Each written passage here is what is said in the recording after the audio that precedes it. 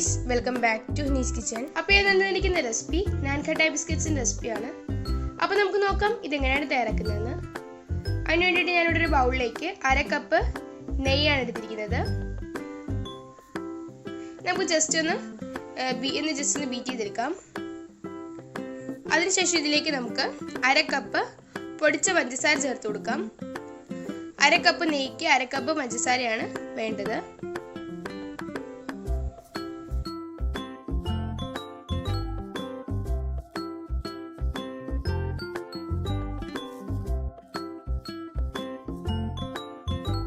ഇനി നമുക്ക് ഇതിലേക്ക് 1 കപ്പ് മൈദ ചേർത്ത് കൊടുത്തിട്ടൊന്ന് മിക്സ് ചെയ്തെടുക്കാം.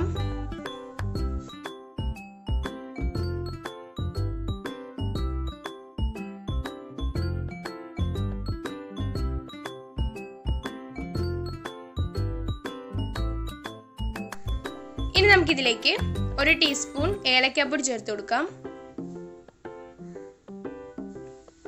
അതുപോലെ തന്നെ ഇതിലേക്ക് ഒരു 1/4 ടീസ്പൂൺ ബേക്കിംഗ് സോഡയും പിന്നെ ഒരു 1/4 ടീസ്പൂൺ ബേക്കിംഗ് പൗഡറും കൂടെ ചേർത്ത് കൊടുക്കാം.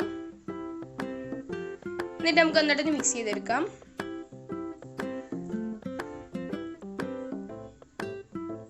ഇനി നമുക്കിത് കൈ കൊണ്ട് നന്നായിട്ടൊന്ന് കുഴച്ചെടുക്കാം.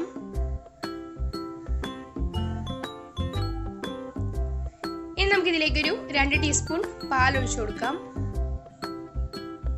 എന്നിട്ട് നമുക്കൊന്ന് മിക്സ് ചെയ്തെടുക്കാം.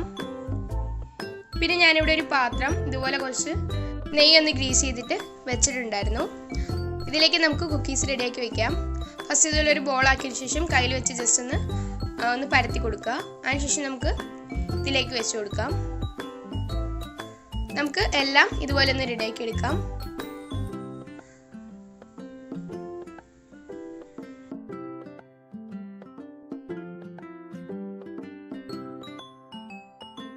ഇനി നമുക്ക് ഇതിൻ്റെ മുകളിലേക്ക് ഇതുപോലെ ഓരോ ആൽമണ്ട്സും വെച്ച് കൊടുക്കാം. ഇനി നമുക്ക് നാൻ ഖട്ടായ് ബേക്ക് ചെയ്യാം. 10 മിനിറ്റ് മീഡിയം ഫ്ലെയിമിലാണ് ഒന്ന് പ്രീഹീറ്റ് ചെയ്യാനായിട്ട് വെക്കേണ്ടത്.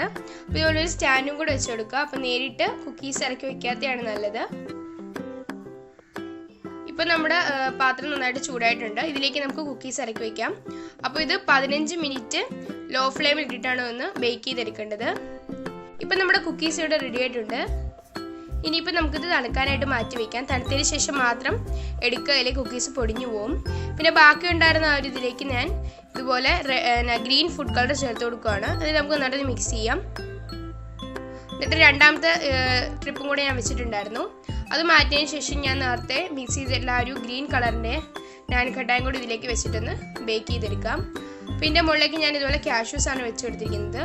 ഇത് നമുക്ക് 15 മിനിറ്റ് ലോ ഫ്ലെയിമിൽ ഇട്ടിട്ടൊന്ന് ബേക്ക് ചെയ്തെടുക്കാം.